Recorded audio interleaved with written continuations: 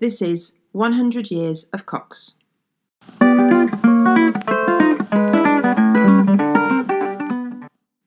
You are listening to a podcast by Francis Thompson. I'm telling the story of 10 siblings from the Machel Cox family, through the letters they wrote to each other. They were born in England between 1868 and 1884.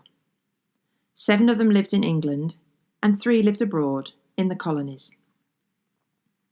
In this episode, I will read 8 letters starting in January 1907. Cuthbert has been enjoying the theatre in London, watching Gilbert and Sullivan at the Savoy. Vera starts work as a temporary housekeeper at Garfield House, Arthur's prep school in Plymouth, before Avice arrives soon to take up the post. Edmund has ordered a brand new bicycle with 3 gears, wow, and he is playing a lot of whist. Neville's first letter is included in the budget, from South Africa, and he has also been going on bicycle rides. Avice has been to watch Vera play hockey in the East versus North match. Vera can run very fast. And Enid is indulging in an attack of influenza and is reading a lot of books.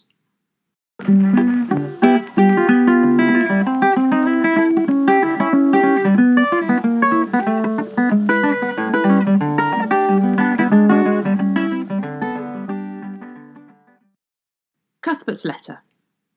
187 Lodge Lane, Liverpool, 13th of January 1907. Dear family, I'm in Liverpool with Enid and Cyril, and I have much to tell you all.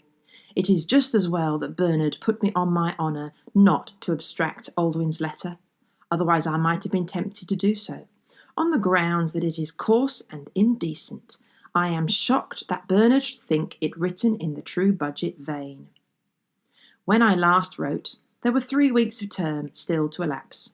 They were very busy. Marking, competitions, a concert, and the confirmation service. Towards the end of term, the headmaster put in an unplanned appearance with my form, and was exceedingly pleased with them. Though I say it, they quite deserved the praise they received. But on leaving the room, he made one of those tactless and foolish remarks to which headmasters are prone. Well, that is very satisfactory. I have taken you unexpectedly, and yet you know your work well. Here is a peculiar story for you all, yet I can vouch for its truth. Mr. Simpson, head of the junior school, wanted the address of a boy's people in India. The boy, Smith, gave an address which Simpson knew to be wrong, and the following conversation occurred. Simpson: But that's not the address. Where did you get it from? Smith: From a letter, sir. Simpson: Who from? Not my grammar, says Cuthbert. Smith: From my father, sir. Simpson: How do you know that the letter is yours? Smith: Please, sir, it begins, My dear Dick. Simpson: But my dear boy, there are other dear Dicks. Smith: Oh yes, sir, but it ends, Your loving father. Cuthbert continues. On further inquiry, it turned out this boy really did think this letter was from his people, although it was full of things he did not understand in the least, naturally, as it was another boy's letter. This story is really true. The term ended well. The boys beat us old boys in the football match, 4-1, which was a great shock to us, as we have won the last 7 matches. We sent 3 boys up for university scholarships, and 2 of them were successful, at Keys and Trinity. On the last day of school, the masters played the school at 5s, and we were soundly beaten. On the day we broke up, 4 of us masters went sallying out for dinner, and then to the theatre. We saw the Yeoman of the Guard at the Savoy. I can only say it was simply splendid. I have not enjoyed anything so much for a long time. We all decided to reassemble again to see the next piece, The Gondoliers, which fortunately comes on the day before we go back to school for the new term. If you have not seen any Gilbert and Sullivan at the theatre, can I highly recommend them to you. They are exceedingly amusing and very well staged by the Savoy. During the Christmas holidays, Burr, Avice, Vera and I went to the theatre to see Peter Pan again. Personally, I enjoyed it more this time, and I believe I could go 3 or 4 times without getting in the least tired. The snow was nothing but a nuisance to us at Sydenham, effectually stopping football and hockey without giving us the compensation of tobogganing. Avice and I have now both been in Liverpool nearly a week. Enid and Cyril are both blooming, and Owen and Hazel have both grown considerably. Little Hazel is now not so little. The first night we were here, Owen went out to a dance, and he took the advice given by Edmund in his bazaar book, "Go for it while you are young, my lad," with the result that Owen was very ... the next day. I have a much prettier story about Hazel. At lunch the other day, Hazel rattled her knife noisily against her glass, and then accused me of having made the noise, whereupon Hazel remarked, "Now excuses begin, like Adam and Eve." A very apt illustration. I do not believe any of us were like young Hazel at the age of 7 years. Enid took us to see Liverpool Cathedral yesterday. The workmen are getting on with it very fast, and it is a most attractive sight. It will look very grand when it is finished. Cyril also took me with him one afternoon, and we saw some schools he was inspecting, which was extremely interesting. I was greatly impressed with the Roman Catholic school we visited, but the 2 church schools we went into were rather depressing.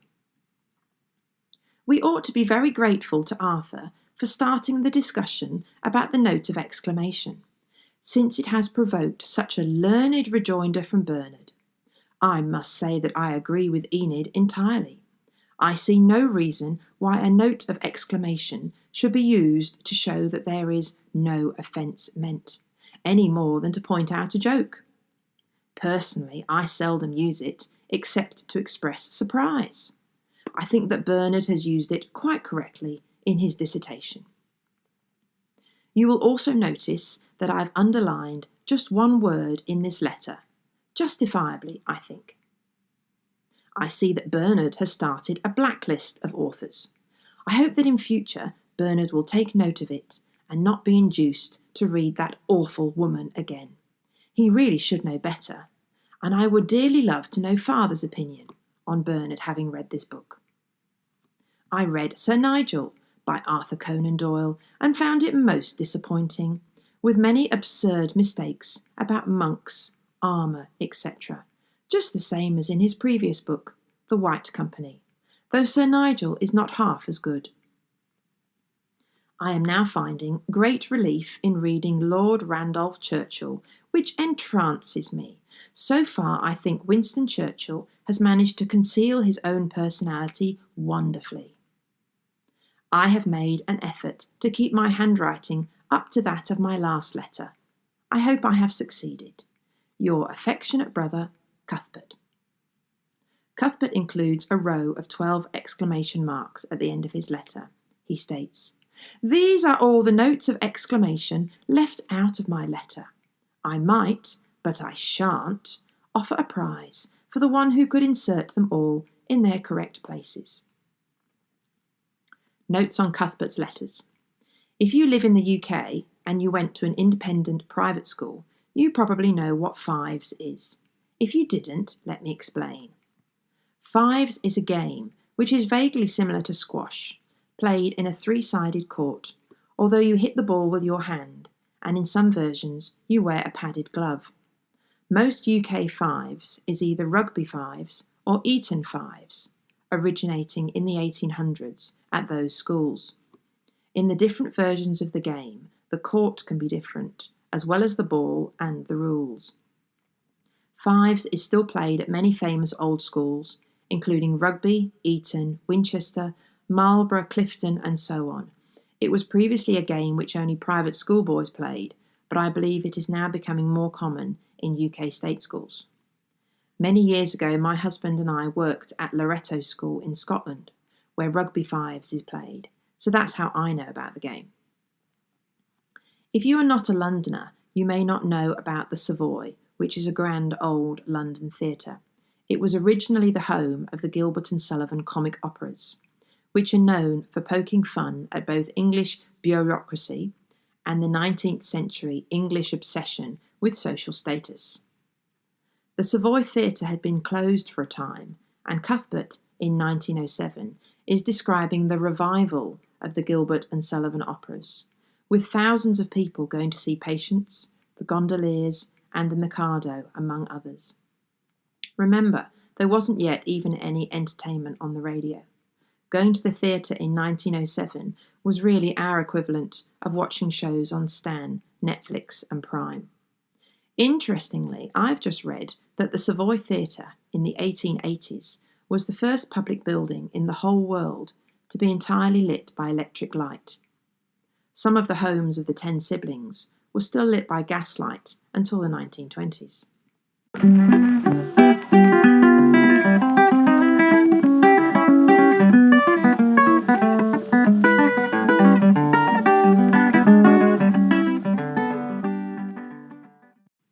Arthur's Letter, Garfield House, 14th of January 1907, where Vera has now joined the staff as temporary housekeeper.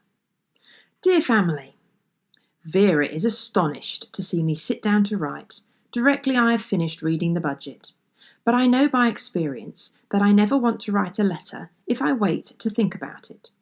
So I hope I shall make a fair start with this tonight, though it is already nearly bedtime. I cannot really plead that I am extra busy.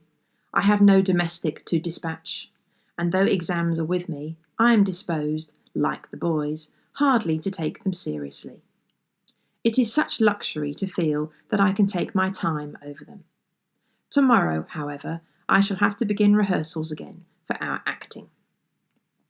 My own name appears very frequently in this budget, and I feel quite overcome. I must plead guilty to having deliberately provoked criticism, or rather counter-criticism, in my last letter in several directions. I thought it was good journalism, and the discussion about notes of exclamation quite justifies the experiment. I went fairly forth to knock down a 9-pin, which I thought had no particular business to be there. Evidently I hit him too hard, for you all rushed to pick him up and fix him in position more firmly than ever, albeit on his head.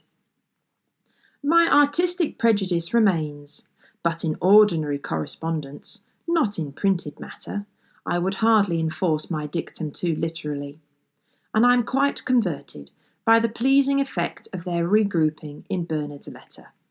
Indeed, when I run my eye down the page and see them springing up here and there with a promise of good things to come, I find the exclamation marks as exhilarating as the little raindrops are hopping upon the water. Cuthbert, you do not, however, quite grasp my argument. A joke, if it is good enough, does not need an exclamation mark to give it point, whereas when used for no offence meant, it is very necessary, as showing that a remark is not to be taken in a literal sense, which would otherwise be offensive. Now it is someone else's turn to act as Aunt Sally. 20th of January. Alas, my week is all but up, and though I am going to pass the budget on to Vera next, I shall then consider it out of reach. This evening Vera and I are invited to walk into the proud prelate's parlour. By the by, the very same Reverend Ponsonby has just been made a prebendary, and so I must attempt to speak of him with a little more respect. Our dear little budget baby has kept her nose to the grindstone so much that it will soon be of the tip-tilted variety. She has been mothering the small boy Froude in quite the approved style, but the ungrateful child wrote home to say he was not happy. Of course, just at the first he hadn't quite settled down, but since the first 2 days he has been as merry as a cricket and never thought of writing home upset.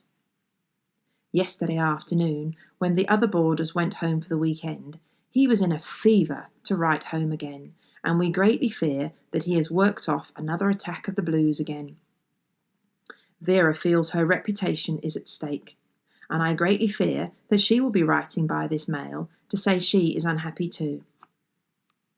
You may not all know that the latest move of the White Star shipping line to Southampton has put more than £8 into my pocket. Burr had only just bought South Western shares for me, and he astutely sold at the right moment. I feel bound to give him this testimonial, which is entirely unsolicited. Since then I have been doing a deal with Lord Rothschild, but he signs his name so disgracefully that Edmund might well have underlined it in red ink and refused to accept it as a signature. Time for church. No doubt I shall think of a lot of good things to say in my letter during the sermon, by the prebendary. But for now I have run my course, and must now remain your devoted brother, Arthur. P.S. I am circulating a few copies of the photo of Mother from Vera's locket. They may be abstracted, one apiece, as far as they will go. I have enlarged from it, with very fair success, to about half plate size. Some of you know of my involvement in the Anglican Church, and so Arthur's irritation with his local parish priest does make me chuckle. The Reverend Stuart Gordon Ponsonby was a well-known, important and wealthy man in Plymouth, so Arthur's irritation with his local vicar was no doubt kept to himself, although he can't help describing amusing anecdotes in letters to his siblings. Prelate is a word generally used to describe bishops, so by calling him the proud prelate, Arthur is really being quite rude about him. Arthur and all the schoolboys of Garfield House attend Stoke Damerel Church each Sunday, and the Reverend Ponsonby's sons are also educated at Arthur's school. When Arthur later enters negotiations to buy Mount House School, the Reverend Ponsonby is also involved with this financial discussion. Poor Arthur just couldn't manage to avoid him. Interestingly, the Devonport Services Rugby Football Club plays on a pitch adjacent to what was then Plymouth Military Hospital, and it is still known as Rectory Field. That area of Plymouth was glebe land owned by the Anglican Church, and in 1896 the Albion Football Club negotiated with Reverend Ponsonby and agreed to lease the Rectory Field from him for £200 per annum. Over a century later, rugby football is still being played at Rectory Field in Plymouth. Vera's letter. Garfield House, 21st of January, 1907. Dear family, it goes much against the grain to write another letter now. I have written no less than 20 letters within the last week, which is something astonishing for me, considering that as a rule I barely write one a week. Well, here I am, really enjoying myself, much to my surprise. No offence meant, Arthur. I am feeling most tremendously useful, not that I really am, but I play at being very busy, and some days I even accomplish it. I hope everyone will send their old letters home to Mother, as she is collecting them to send abroad. You must all remember to do so.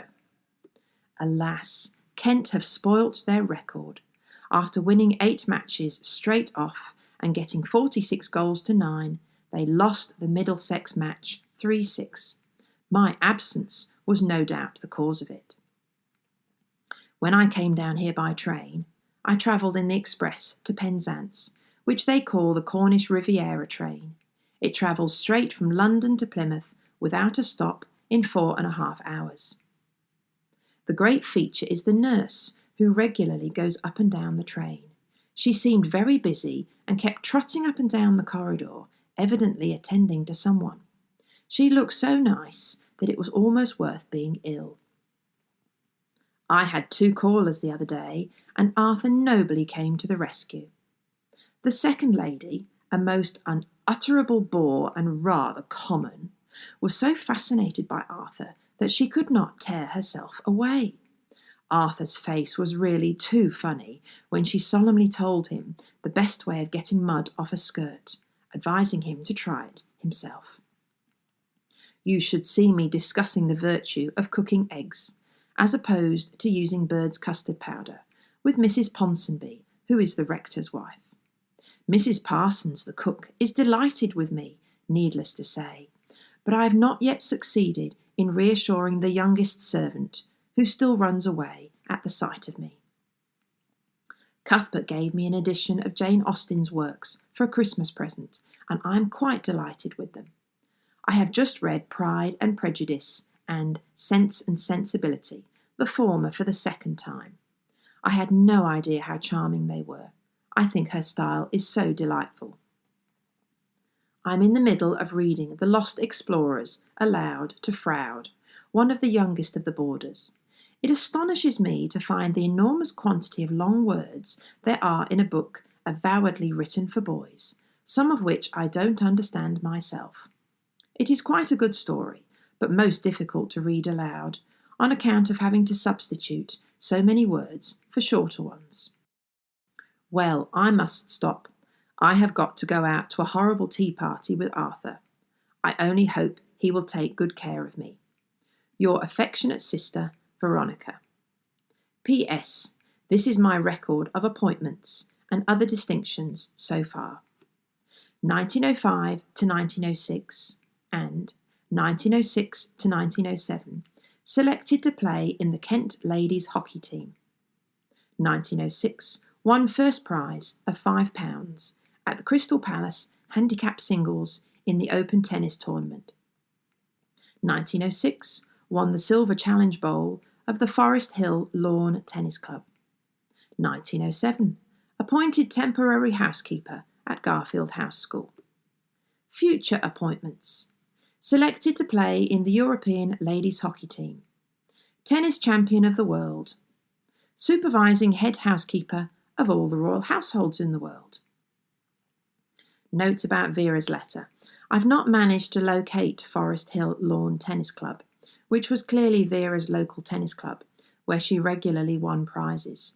She never played at Wimbledon, but the siblings regularly write about watching Wimbledon tennis matches. In 1907, Vera is playing hockey for Kent, as well as for her local hockey club called Atalanta. It won't be long before she gets a place in the England team, and the family proudly refer to her as their sister, the International. You may not know about the Crystal Palace, which was a stone's throw from the family home at 13 Longton Avenue, next to Wells Park. When Dr. and Mrs. Cox retired to Sydenham in the year 1900, it was developing into a genteel and affluent suburb on the edge of London, where the wealthy middle classes built their comfortable villas and were looked after by their domestic servants. The Crystal Palace itself was an opulent Victorian masterpiece. It was huge and was originally built in Hyde Park in 1851 for the Great Exhibition. After the exhibition finished, the huge structure was relocated to Penge Common in South London, and the surrounding residential area was renamed Crystal Palace after the imposing structure. Dr. Cox goes to watch FA Cup football finals there at the sports stadium. Vera wins yet more tennis prizes there. The siblings also watch hydrogen-filled airships land in the park at Crystal Palace, the same airships which later exploded, leading to hydrogen no longer being used to fill airships. The Crystal Palace is used for performances of Gilbert and Sullivan operas, and thousands of Boy Scouts march there during a rally, and the siblings are not very complimentary of the speech given by Baden-Powell. The structure burned down in November 1936. The inferno was visible from all across London. Apparently the blaze could be seen in 8 counties, and it is estimated that 100,000 people travelled to Crystal Palace to watch the spectacle of the fire. Train companies put on special trains to enable people to get there. Apparently Winston Churchill visited and described it as the end of an era. I haven't yet read the budget letters from 1936, and I actually can't wait to find out who was at home at the time to describe the Great Fire, which was just 10 minutes' walk from the family home.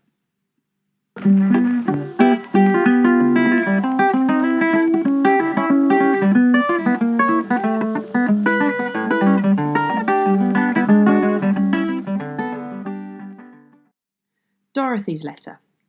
Ponsworthy House, Ashburton, Devon, 30th of January, 1907.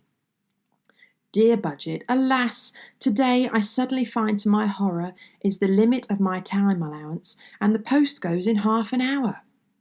However, I don't think I have any news, for I fear you know my news already. The last month has been most eventful as compared with my usual programme. The holidays, seeing Arthur, leaving the ship inn, seeing Mary, and now solitude once more. Ponsworthy House is in Devon, and it's a very nice place, a large house, not like a farm, but built on the lines of a gentleman's house, with the farm buildings added on behind. A charming view and lovely country all round. Arthur and Vera were here for Saturday night, which I enjoyed very much, and they say they did as well. Dear little Vera looked very nice, and it was wonderful to see her. She was struck by the beauty of the scenery between here and Ashburton, which was only excelled by that of my figure. She didn't quite express it like that, but you may take my word for it that she admired both. I agree with most of Cuthbert's remarks about books. I am sure this is very incoherent, but I must go to the post now. Yours affectionately, Dorothy. Edmund's letter. Woolly Moor, 8th of February, 1907. Dear Vacabed, this will be a very stupid letter, as I am not at all in the mood for writing, but as I am surprised to see that I have already had the budget in my possession for a whole week, it seems high time it was dispatched. I shall be satisfied to hear in what manner Enid dispatched her unsatisfactory housemaid. Was it painless as well as prompt? Please allow me to say here, before I go any further, that notes of exclamation and underlining words are natural to my writing, and that I am afraid I shall have to decline alterations in my style, just to satisfy some bits of Vacabed. After that, we will proceed. Well done, Bernard. Your letter was exceedingly amusing, especially your little dissertation on the note of exclamation.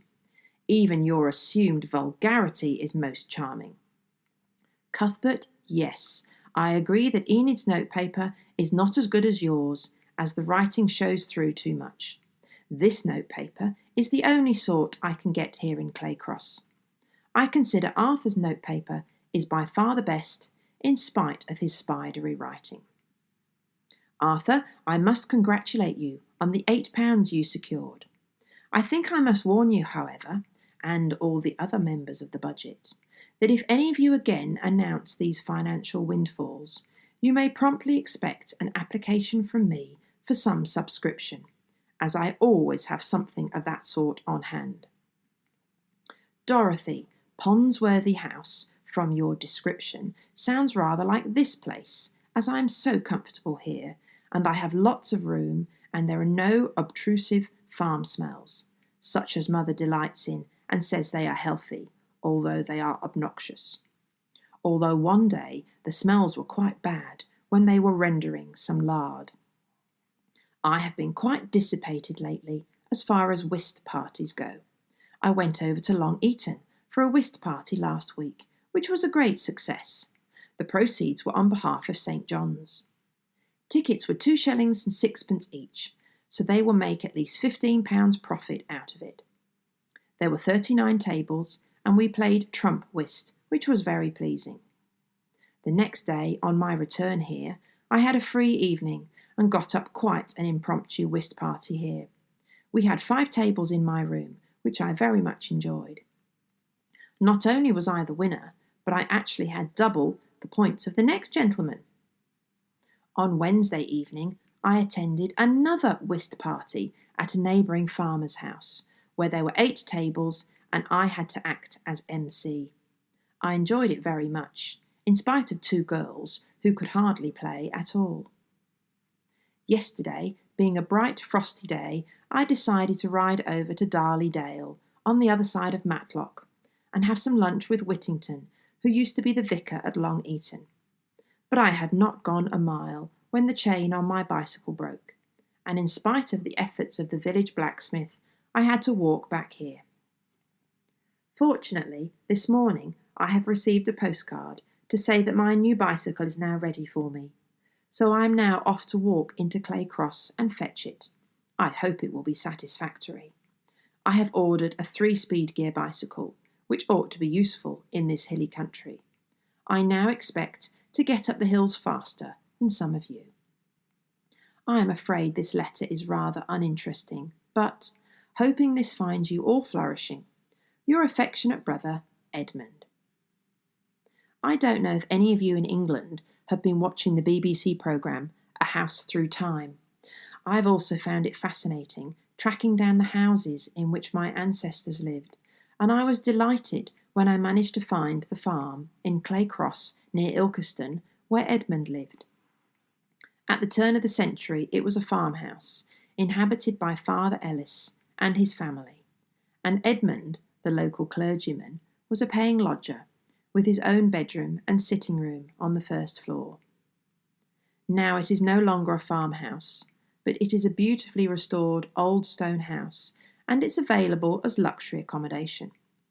If you want to look it up, it is called Oldfield House, and it is on Temperance Hill in Woolly Moor, in Derbyshire, overlooking the Ogston Reservoir.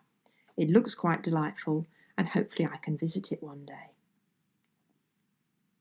The next letter is from Neville, who is number 4 out of the 10 siblings. He lives in Pretoria, in South Africa. He has lived in South Africa for a number of years, and he fought in the Second Boer War as a white Englishman. He is working for the railways, and this is the first time a letter of his has been included in the family budget. Neville's letter. Engineers Department, Central South African Railways, Pretoria, 4th of February 1907.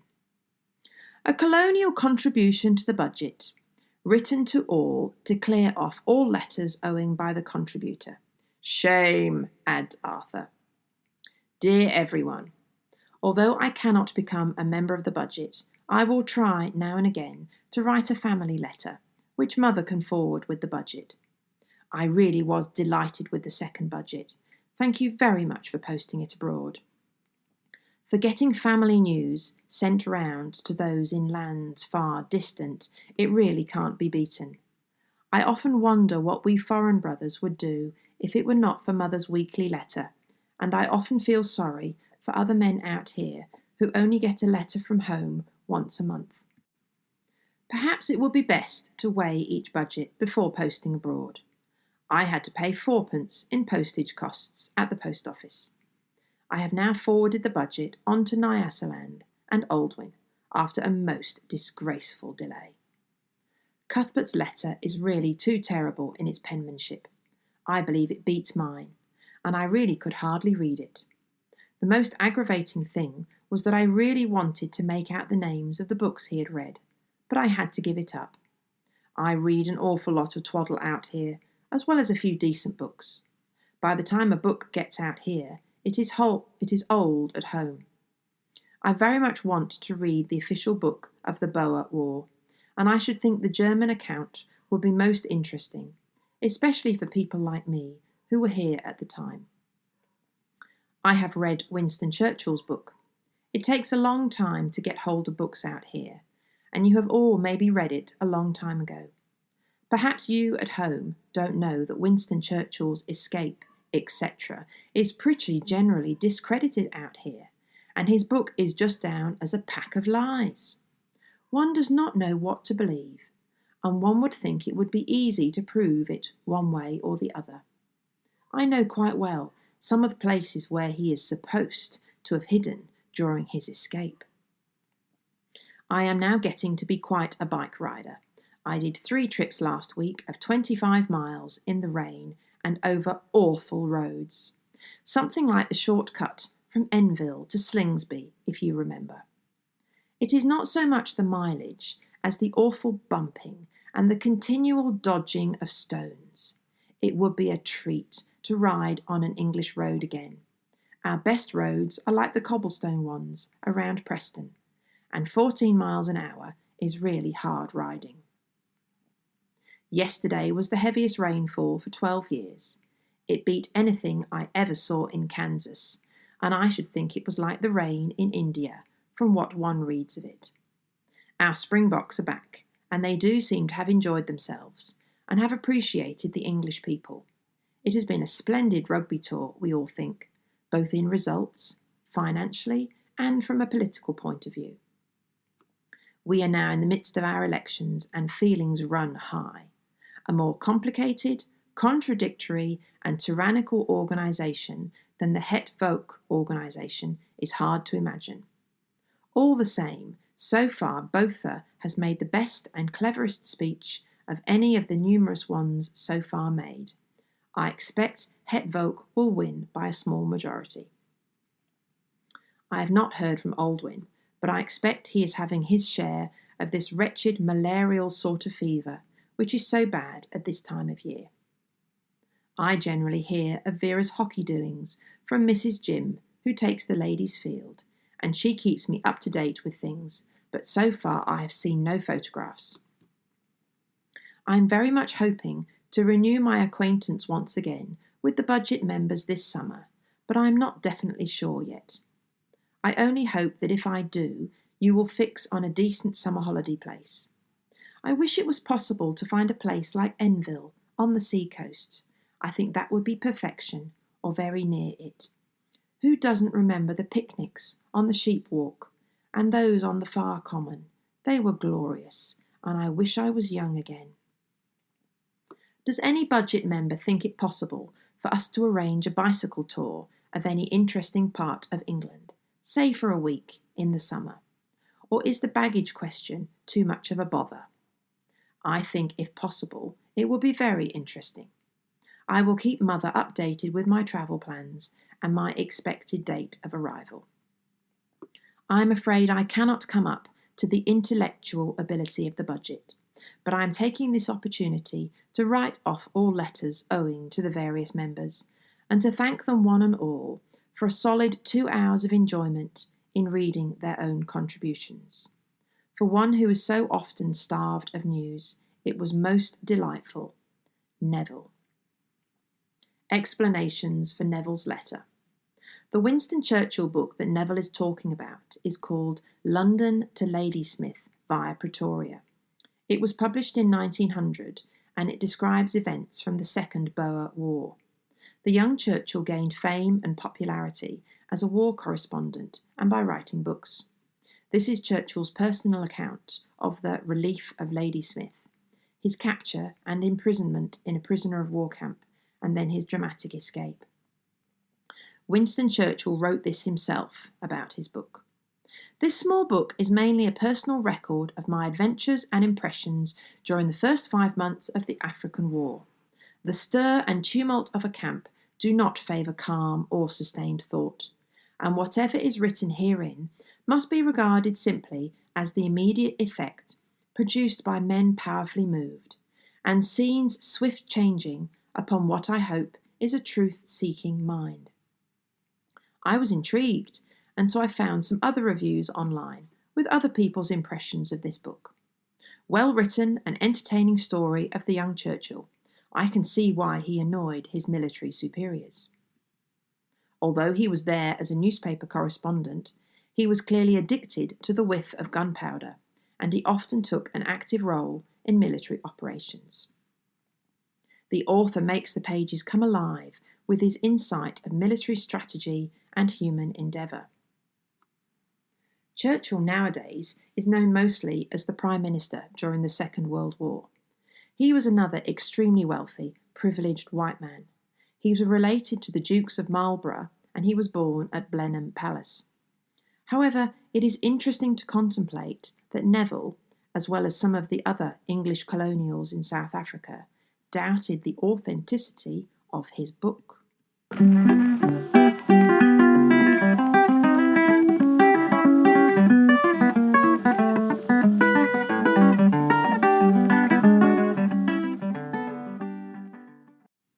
Avice's letter. Sydenham, 15th of February, 1907. Dear family, you will be surprised to see the Sydenham address. I'm actually home for a fortnight, though the term is scarcely a month old. I am a lucky little govey. You know this is my last term with the Gilbertsons, and that I go to Arthur next term to be housekeeper. I do like being a governess, but I'm also looking forward to going to Garfield House School. I think Arthur and I will get on satisfactorily. Mrs. G has taken the children away to the sea for their health, as Eileen is rather delicate, and the fussy old doctor said the children would be better without lessons. Averill, the maid, and nurse have gone as well, so I have suddenly got a fortnight's holiday. The fact is, I think, that Mrs. G likes a change, partly for her health, and she finds it rather dull to go alone. Of course it is delightful to have some holiday, but I do think Mrs. G is rather foolish in the way she deals with the children. She doesn't seem to realise that routine is good for children. I went to watch Vera play her second match for the East versus North today, and it was most exciting. I do like their hockey costumes. All the players wear brown stockings and brown boots, so one really does not even see the mud. The spectators were quite enthusiastic and cheered very loudly. Vera played very well, though she got no goals. They just lost 2-3. It was very close and was a most exciting match. The North goalkeeper was so awfully good. I must tell you that Vera took tea out to the man who writes the hockey reports for the ladies' field, so she ought to be honourably mentioned in the next edition. Vera is looking blooming, so I think Arthur has not ill-treated her. Edmund, mind you say next time what you think of your 3-speed gear bicycle. Is it better than your old bicycle? Arthur, I did like the little photographs of Mother. Thank you so much for doing them. Now goodbye. Your affectionate sister, Avice. Note on Avice's letter. The siblings mention Ladies' Field a great deal. It is so easy to picture Vera taking tea and cake to a reporter at half-time during a hockey match, thereby hoping he will write about her favourably in the magazine. Neville knows a lady in South Africa who subscribes to this magazine, so he hears of Vera's hockey news that way. The siblings are always asking Vera if there are any photographs of her in the latest Ladies' Field. This is another thing on my to-do list. I am hoping the British Library might have copies of Ladies' Field, so I can see photos of Vera in her brown stockings and boots, and later wearing the scarlet hockey skirt of the England team. Interestingly, Avice and Vera describe how they wear short hockey skirts when they go cycling. Even Enid wears a short hockey skirt to go walking up hills in the Lake District.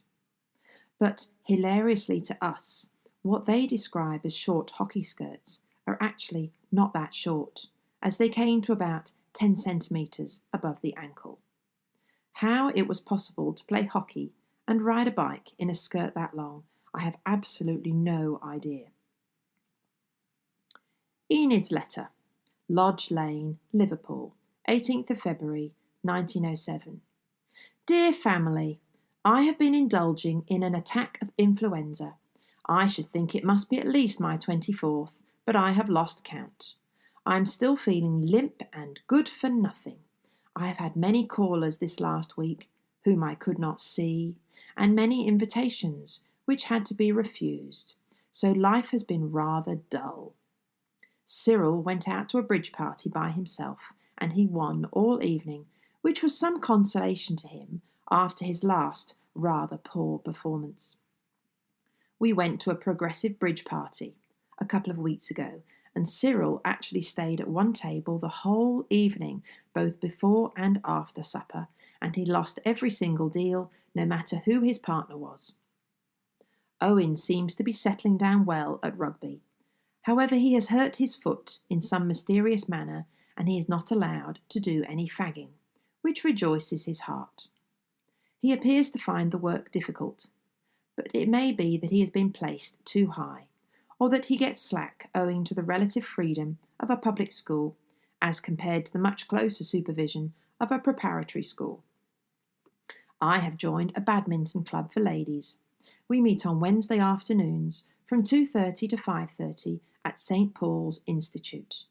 We have a very large room, and I like the game very much, though it is unpleasant to find oneself decidedly the worst player. Still, I think I am improving. At any rate, it is splendid exercise, and we all get very warm. I think, however, it must be very bad for one's tennis, and vice versa. The rackets are so light, and the speed of the game is so different. We have tea afterwards, for which we all pay sixpence. I hope Edmund will like his new three-speared gear bicycle, but I think he is sure to do so.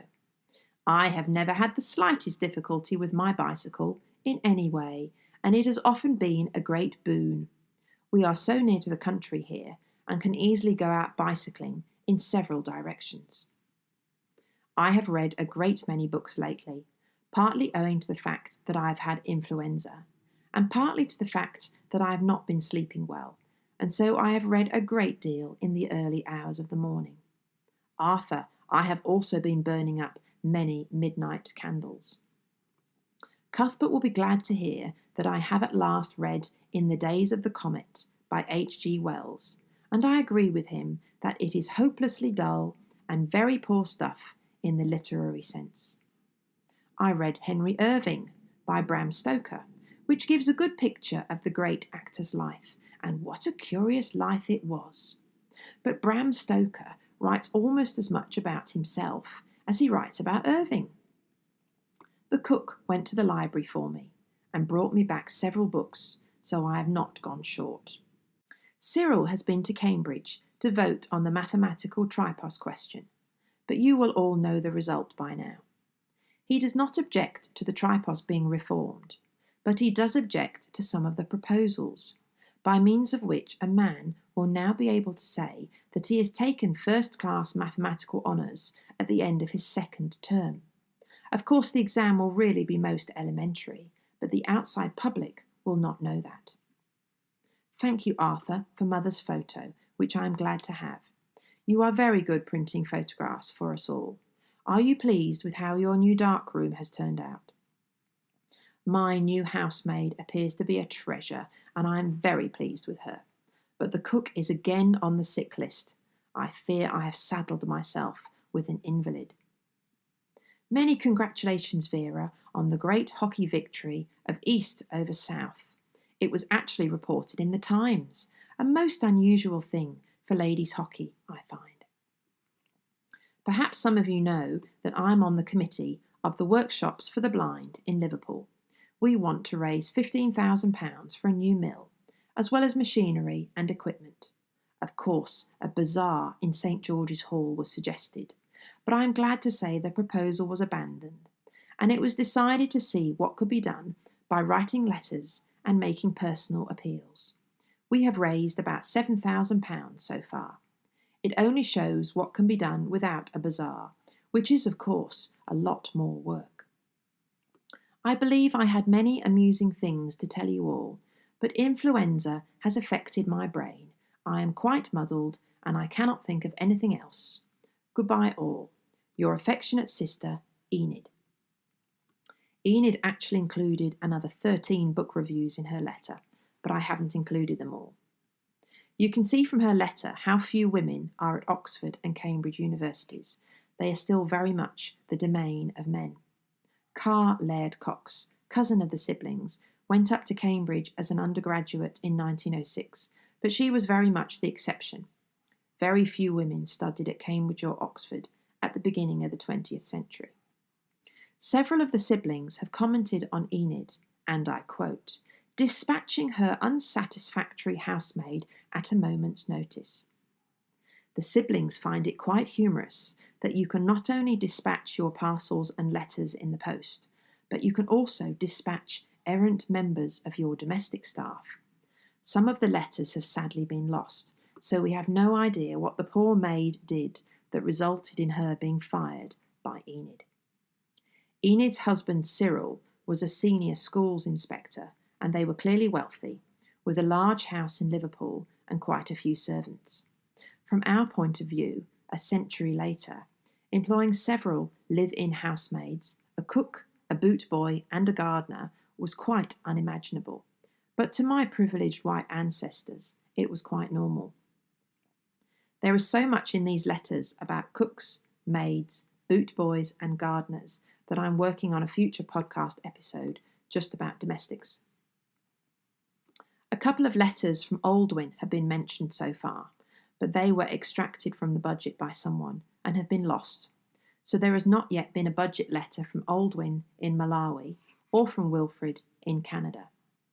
There are no letters from March 1907 at all. One edition of the budget was lost in the post, probably en route to Canada or Africa. Just before I finish, I have a request to make. From my podcast statistics, I can see that there are a few people listening who live in South London. Would someone be willing to go and take some photos of the family house in Sydenham and email them to me? Because I live in Brisbane, on the other side of the world in Australia. This is the house where Dr. Cox and Minnie lived, along with Bernard and Vera. Bernard lived there until 1920. Dr. Cox wrote dozens of books in his study on the first floor, and this is where he also angrily chased carol singers out of the front garden. Mother's bedroom was the first floor window at the front of the house, with the small balcony where Arthur, barefoot, one Christmas cleared away a lot of snow as water was leaking into the room below, and he then wailed about chilblains. 5 of the siblings had a snowball fight in the garden, and they broke a pane of glass in the conservatory, whilst street boys and a policeman watched on from the road. Middle-class people clearly didn't usually have snowball fights. And Bernard writes a letter, whilst listening to a band playing in the bandstand across the road in Wells Park. He finds it peculiar that the band are playing Christmas carols in the summer. It is a house with a fascinating history, which is described many, many times in the letters, although I have not yet been there. So, if any of you live near Wells Park in Upper Sydenham, I would love some photos. Number 13, Longton Avenue, is next to the park, on the corner of Longton Avenue and Ormonton Road. And if you are brave enough, knock on the door and give the owner my email address and the name of this podcast. MachelCoxLetters@gmail.com. In the next episode of 100 Years of Cox, it has been decided that the extended Machel Cox family will go on holiday for the whole of August to Studland in Dorset. Neville is returning on leave and is planning a bicycling tour. The siblings now discuss bicycling a great deal. Cuthbert is in the Lake District with some other schoolmasters. They have walked 100 miles in 8 days, although one of them catches German measles. Arthur and Dorothy are at Terrington Rectory, near York, staying with the Wimbushes, Dorothy's family, another Anglican family. Neville describes a plague of locusts in South Africa, as well as describing the South African politics. Vera breaks a window practicing tennis. Edmund's budget letter is late, once again. Avice is now the housekeeper at Garfield House School. And Aldwyn's first letter appears in the budget, describing rural life in Malawi, tales that to us today seem quite incredible. You have been listening to 100 Years of Cox. If you would like to write to me, please send me an email, MachelCoxLetters@gmail.com. Thank you for listening.